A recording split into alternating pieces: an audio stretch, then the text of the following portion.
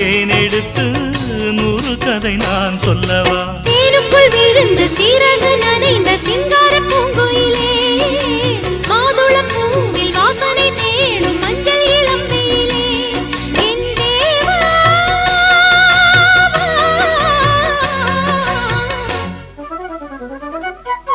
சின்ன பொண்ணுதான் வெக்கப்படுது அம்மா அம்மாடி, அது என்ன நினைச்சு கண்ணம் சேவக்குது சும்மா சும்மாடி.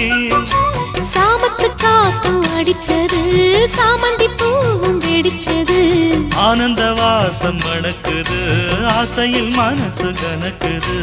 இளவட்டம் கொடிகட்டும் இது நல்ல நேரம். சின்ன பொண்ணுதான் வெக்கப்படுது அம்மா அம்மாடி, அது ஒன்ன நினைச்சு